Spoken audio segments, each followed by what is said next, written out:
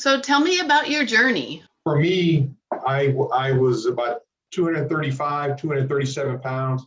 And I really started noticing going upstairs. In my office, I have to walk upstairs. We have a 2-story building. So I walk up the stairs every day, and I get to the top of the stairs and I was out of breath. And I'm like, wow, I'm 55 years old. I can't walk up a flight of stairs without being out of breath. And I said, you sit back and look and you think, wow, you know what? I'm carrying too much weight. Yeah. So I had that in the back of my mind. And then Traci had found PuraVida. Mm-hmm. And PuraVida. Yeah. through her cousin. And I'll let her tell that part of the story. Okay. Yeah. So actually, I had shoulder surgery in July of 2019. 2019. And I couldn't exercise. I was inactive for quite a while. And then I ended up having a second surgery in December of 2019 and added on some more weight and just, being home and being inactive. So we both were pretty heavy. I was probably headed towards like 157 pounds, and I'm 5'1". Oh, wow. So that's a lot of weight to carry on, carry around. Yeah, when you're 5'1". Exactly. And we went to a family holiday for Christmas, and my cousin Nicole Hartman, or Nicole Beasley, who is also a patient of yours, she walked into our holiday dinner, and we were just all astounded with.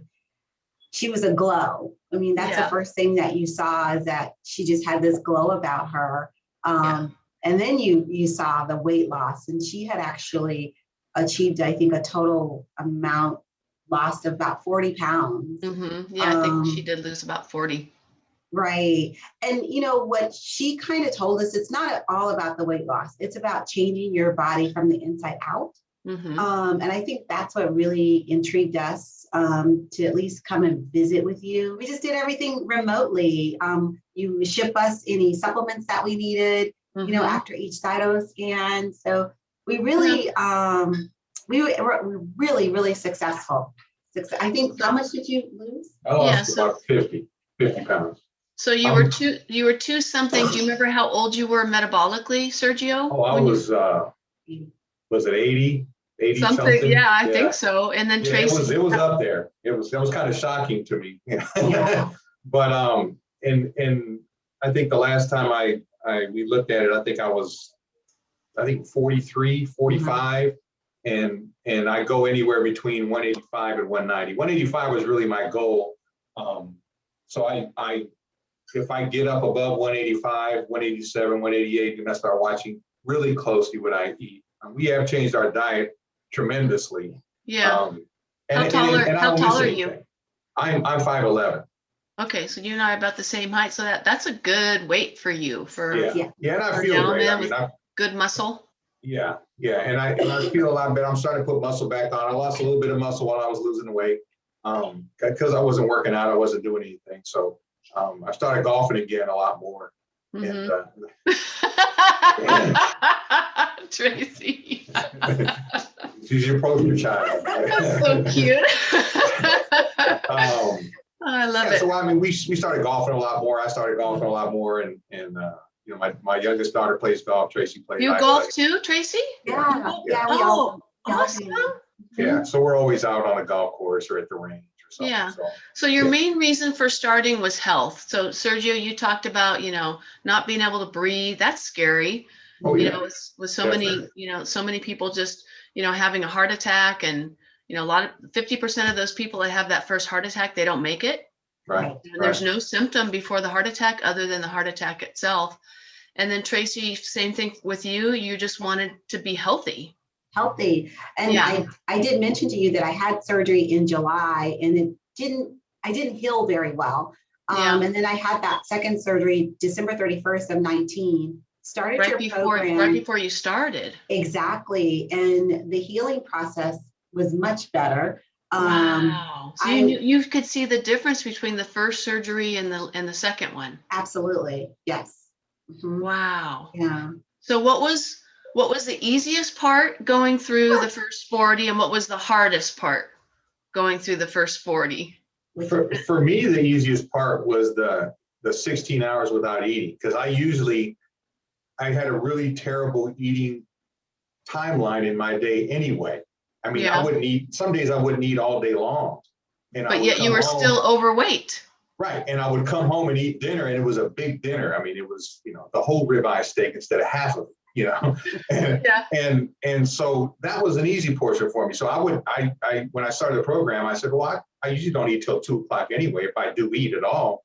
So Yeah. it was just starting at 2, going to 10, eating within that 8-hour period. That was really easy for me.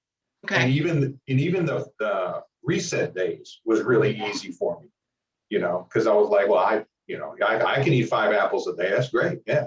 That's more than I ate some days before. Yeah. And what was the hardest part? I thought he was going to say the easiest part was me making all of his Yeah, meals. that helped.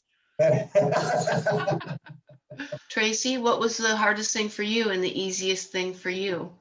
I think like Sergio, so before my surgeries, I was a bit of a gym rat. Oh, I was yeah. always working out, doing CrossFit and what have you. And I was already doing intermittent fasting. So that part of the program was really easy for me, as well as meal prepping. That was easy as well. I think that the hardest part for me really came down to like the first 40 days with no oil and no fat, and just trying to be creative on ways to prepare our foods. So we did a lot of grilling. We actually have 2 air fryers. We have an air fryer oven, and we have like this combination thing those days when we're still doing, reset days or lose it days, that's how I prepare meals. Yeah.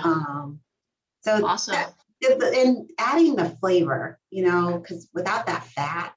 Yeah. Yeah.